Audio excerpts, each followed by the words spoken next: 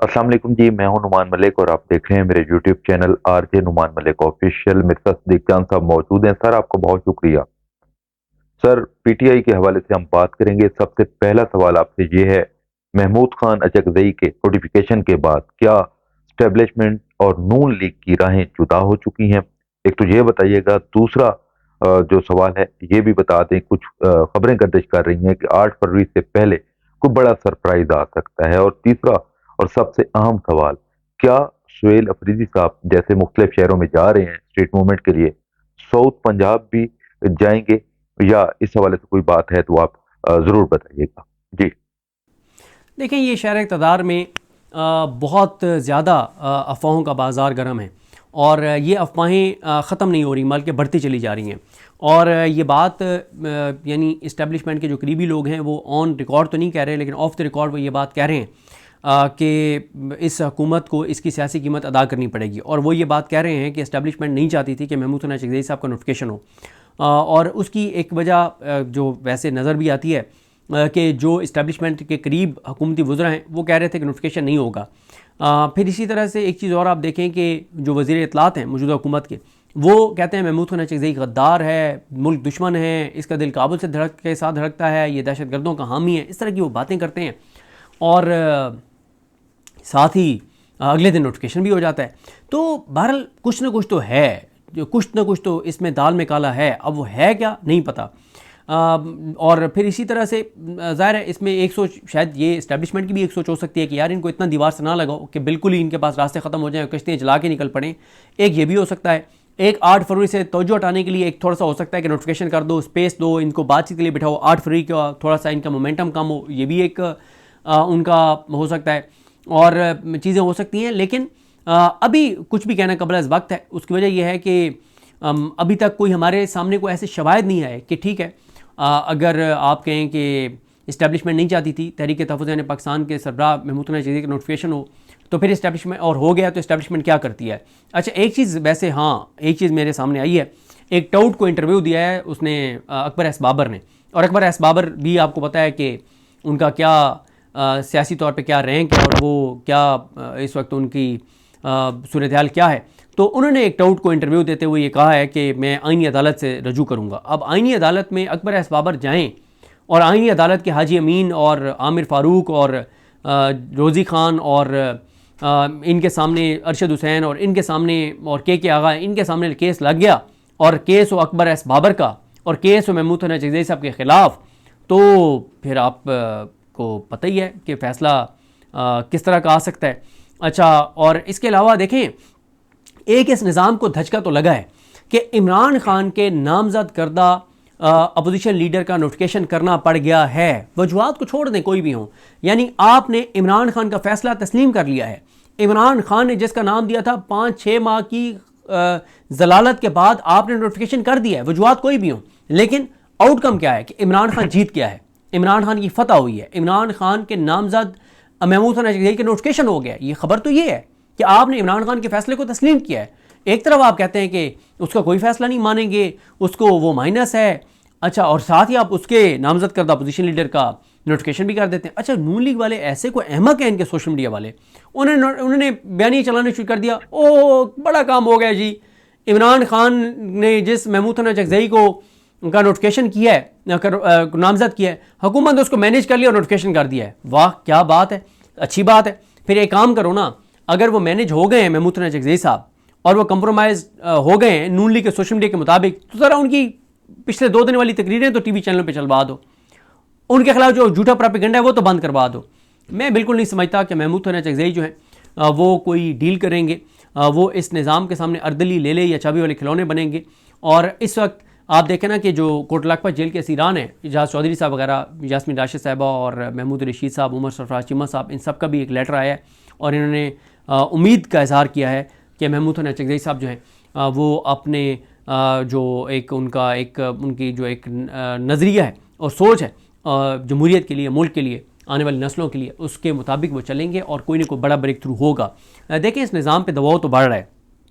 एक तरफ इकॉनमी की सूरत हाल है वो दिन ब दिन ख़राब होती चली जा रही है, इमरान खान की पॉपुलैरिटी बढ़ती चली जा रही है, सुहेल अफरीदी ग्राउंड पे मोमेंटम बढ़ाते चले जा रहे हैं।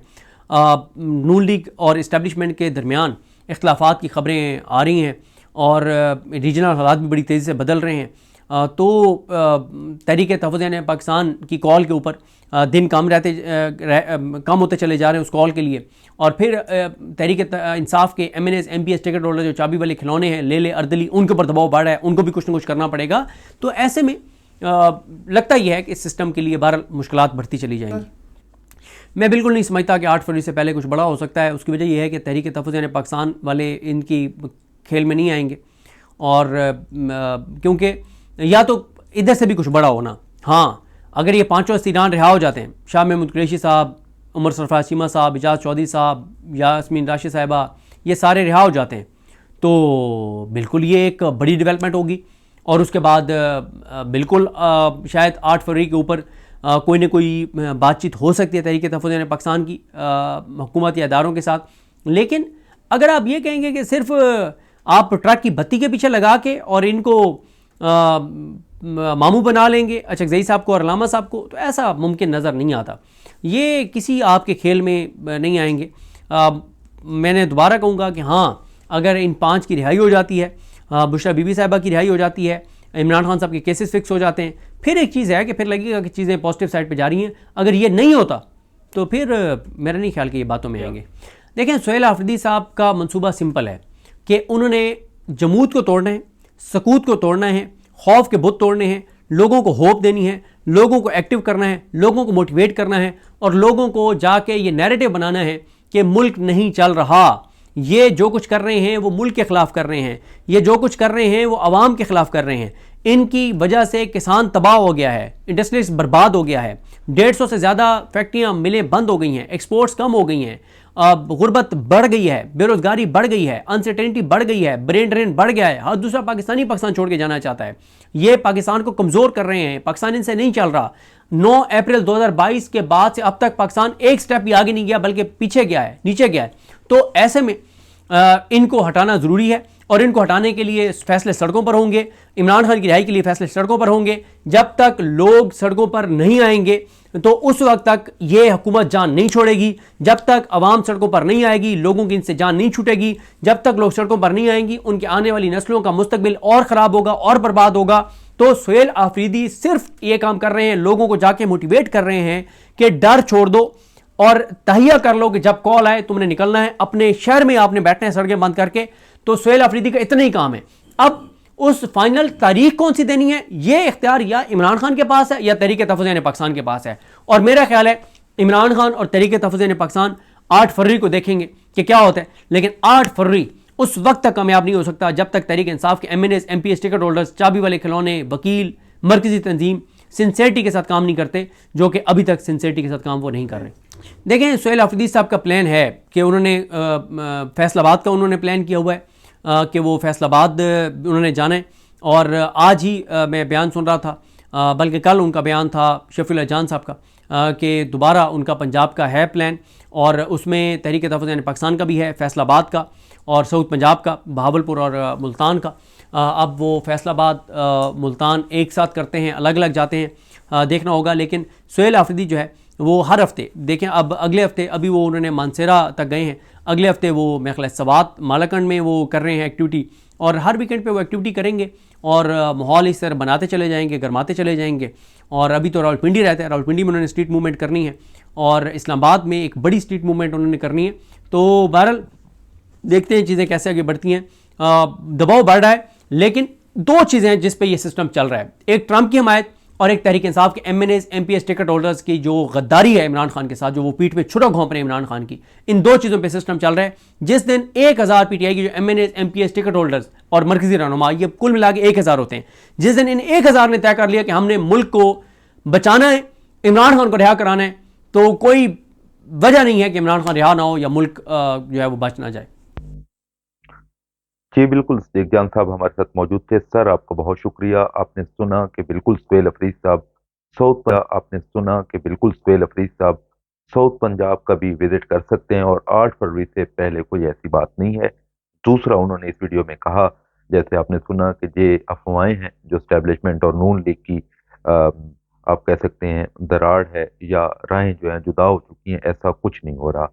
तो दूसरी तरफ आज बड़ा अहम दिन था, जो सुहेल अफरीद साहब हज़ारा गए, मानसेरा, एबटाबाद, जो अवाम का एक तूफ़ान था, जो आप कह सकते हैं कि हज़ारा ने एक तारीख़ रक़म की है, इसकी जितनी भी तारीफ़ की जाए, बहुत कम है। तो इसमें कोई शक नहीं है कि सुहेल अफरीद साहब जो स्ट्रीट मूवमेंट के हवाले से तैयारियाँ कर रहे हैं, ये काबिल तारीफ़ हैं और इसकी जितनी भी तारीफ़ की जाए, बहुत ज़्यादा कम है। दूसरी तरफ तहरीक तहफ़्फ़ुज़-ए-ऐन-ए-पाकिस्तान जो इस टाइम सिंध में मौजूद हैं, आज फिर रास्ते बंद थे, लेकिन फिर भी जो मुख्तलिफ रास्ते हैं, दरिया ख़ास तौर पे कश्ती के थ्रू जो है वो जामशोरो पहुँचे हैं। महमूद खान चकज़ई साहब, उसके अलावा जो बाकी क़यादत है अल्लामा राजा नासिर अब्बास, और उन्होंने वहाँ पे जाके तकरीर की है। अब देखते हैं, मोमेंटम तो सही बनता जा रहा है स्ट्रीट मूवमेंट के हवाले से। अब आने वाले दिनों में क्या हो सकता है, इस हवाले से जैसे ही कोई और ख़बर आती है वो भी आपके साथ शेयर करेंगे।